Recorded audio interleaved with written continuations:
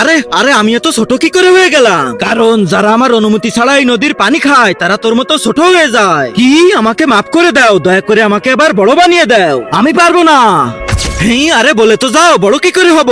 আমি বলতেছি তুমি বড় কি করে হবা? তোমরা তো নিজেরাই ছোট।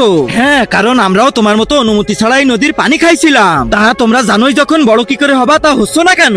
বলতেছি আমার সাথে আসো।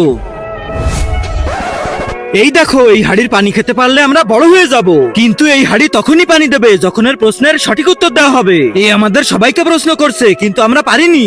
এখন তুমি যদি এর প্রশ্নের সঠিক উত্তর দিতে পারো, তাহলে আমরা পানি খেয়ে সবাই বড় হতে পারবো। ঠিক আছে, আমি চেষ্টা করি। হাড়ি, কি হয়েছে? আমার তোমার পানি লাগবে। পানি নিতে গেলে তোকে 3টা প্রশ্নের উত্তর দিতে হবে। ঠিক আছে, করো। প্রথম প্রশ্ন, এমন কি জিনিস আছে যেটা ম্যাচ লাইটার ছাড়াই জ্বালানো যায়? পাশের বাসার আন্টির পিছন। সঠিক উত্তর।